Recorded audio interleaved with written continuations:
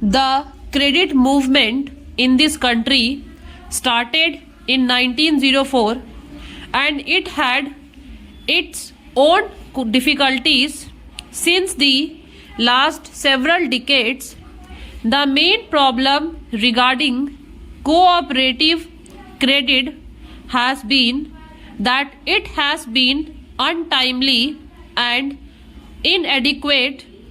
In 1904, the Cooperative Societies Act was passed, which was later amended in 1914. Then there were certain committees appointed and they reported about the weaknesses of the credit movement in the country. In 1919, this subject of cooperation was transferred to the states, after which several states passed cooperative acts of their own. Thereafter, in 1929, the Royal Commission made certain inquiries about cooperation and the credit movement and made certain recommendations. Until 1950 or 1951, there was very little improvement in the field of cooperation. In 1951, the RBI appointed the Rural Credit Survey Committee, which brought out its report in 1954. That committee come to the conclusion that only 3% of the credit required by the agriculturists in the country was being met by the cooperatives, and it made certain suggestions. It suggested that there should be an integrated credit structure in the country and said that there should be share participation by the government in the cooperative societies. It suggested that the government should take shares in the cooperative societies so that the cooperative movement can get strength through government participation. The second recommendation made by the Rural Credit Survey Committee was that there should be linking of credit with marketing, processing, consumers, storage and all other fields of activity, so that credit will develop marketing, consumption, processing, etc. Yet another recommendation was that there should be a training program for the non-officials. The fourth recommendation and the most salient one was that there should be a three-tier structure of credit. There should be cooperative societies at the lower level, then there should be districts bank, and then the apex banks, and that all the three should be interlinked. These recommendations were accepted by the Government of India. This report also recommended that in order to implement these suggestions, there should be a national cooperative development and warehousing board. The Government of India have accepted these suggestions in 1956.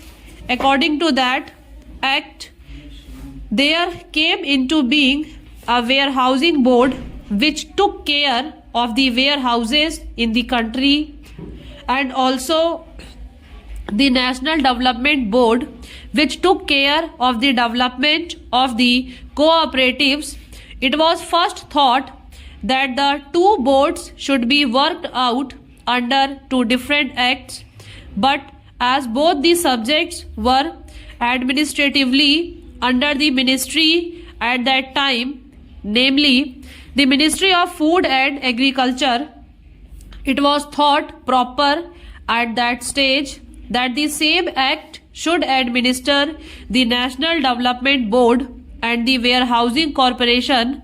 Thereafter, a separate department of cooperation was created and attached to the Ministry of Communist Development, now called the Ministry of Communist Development, Panchayati Raj and Cooperation, and it was decided by the government in 1960 that there should be two separate acts, one for Cooperative Development Board and the other for warehousing. In one of the papers submitted by the Ministry of Food and Agriculture, on the basis of which the presidential order to create the Department of Cooperation was passed, it was suggested that these two bodies should be administered separately, and that is why we have now come before Parliament with this National Cooperative Development Corporation Bill. The other bill relating to the Warehousing Corporation will come up through the Ministry of Food and Agriculture after the bill is passed. Therefore, sir, the present bill is only an amending bill, and opportunity has been taken to have some minor amendments made in the bill.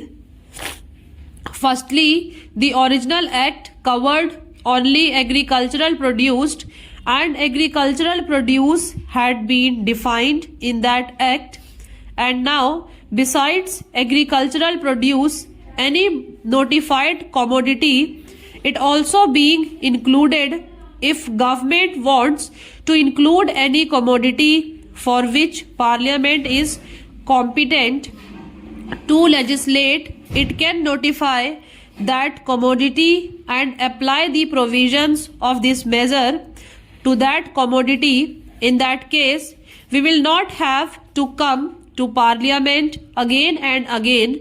Any commodity which is in the concurrent list and for which Parliament can legislate can be notified by the government for the application of these provisions. The second amendment is about the functional committees. In the present act, there is no provision for functional committees. Now, this corporation has to deal with credit, processing, marketing, consumers and all these types of items in order to boost up the cooperative movement. We find that there was a lacuna, and therefore we have suggested a provision to have functional committees.